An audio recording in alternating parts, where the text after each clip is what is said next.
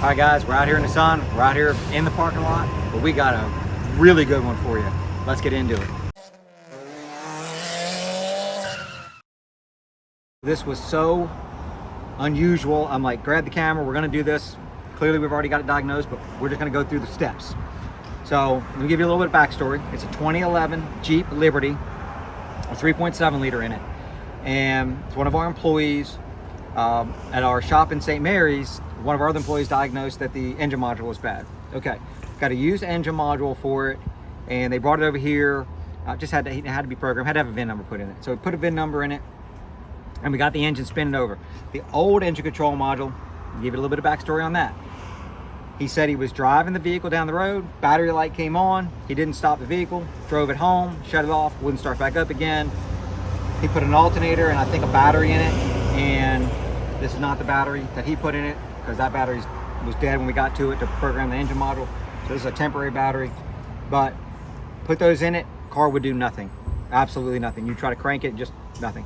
So found a pop fuse in here, the engine control module fuse. Andrew over in St. Mary's diagnosed it out, said the engine control module was actually causing the fuse to blow. Got the new engine control module, used one in, put the VIN in it, it would spin over. Let me show you what it does. Now remember, that's what was done to this vehicle, right? Listen very carefully.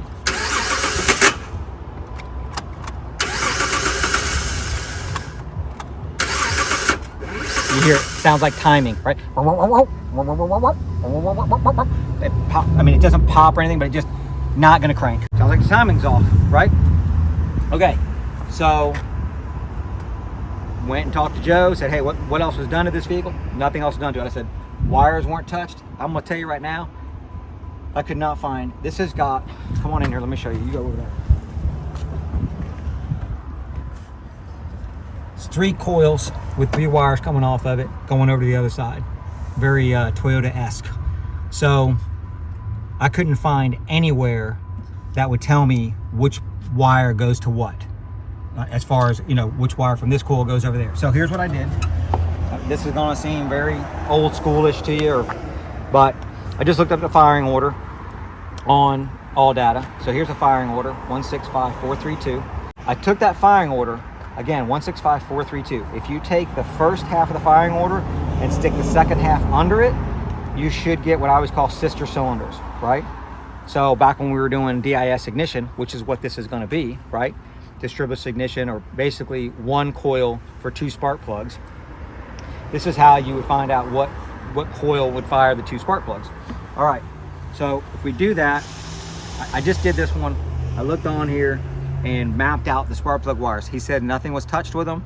I mapped them out and they match this up perfect. So basically what I mean by that is I go to cylinder 1, which is right here, right? So 1 should be with 4. I followed this spark plug wire over, it goes to 4.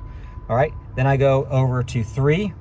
So 3 should go to 6, it does.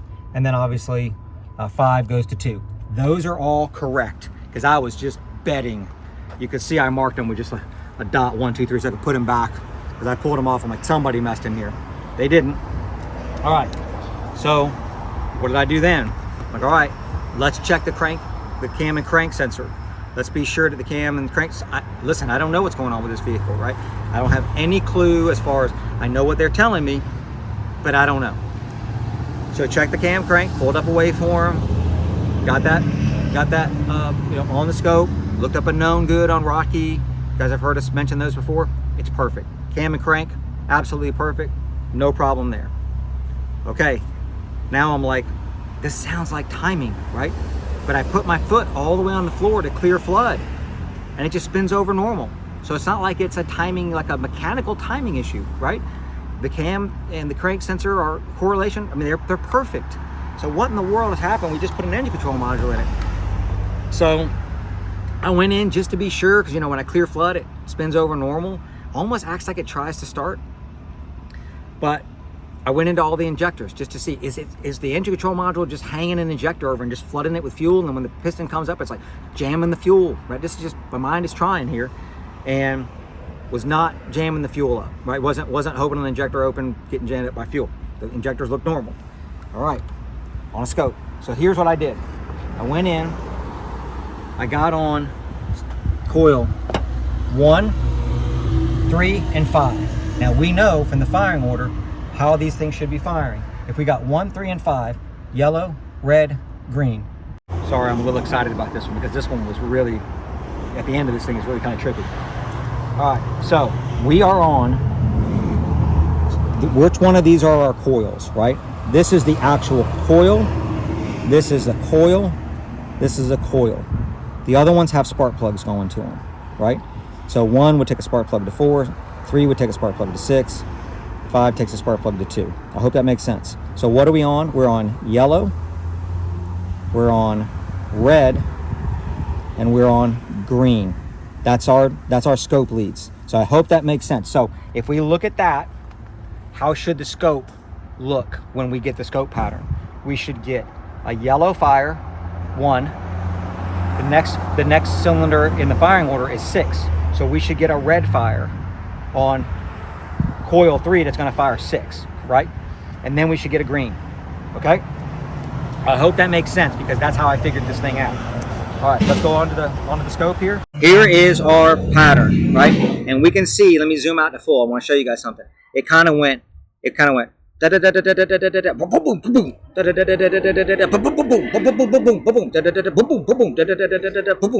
are very, you know, I know it's very difficult. These are very, it take me years to come up with these sound effects. So, all right, let's blow this up and let's see what we got. Remember what we should have: yellow, red, green. What do we have? Yellow, green, red. Yellow, green, red. So this thing's firing these things in the wrong order.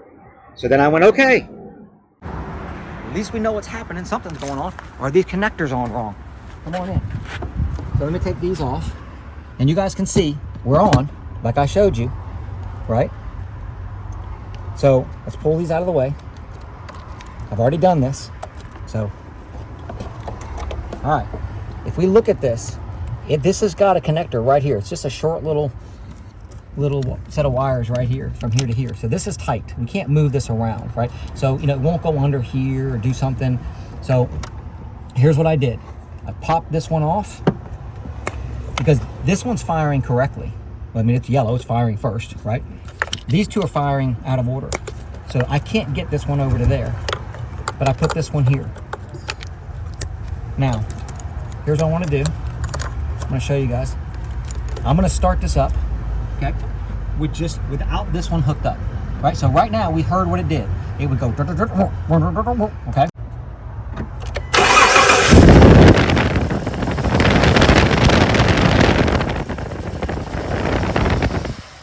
This thing's running on 4 cylinders right now. We can clearly see it skipping, but it's running. It didn't pop backfire and all that, you know, it's running. All right, let's stop.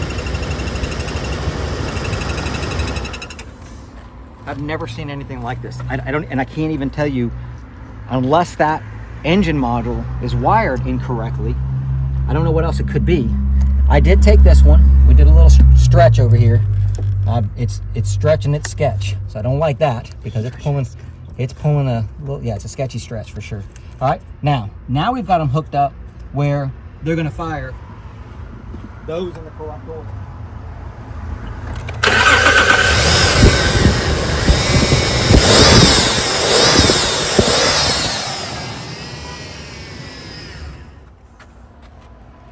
I've never seen anything like that.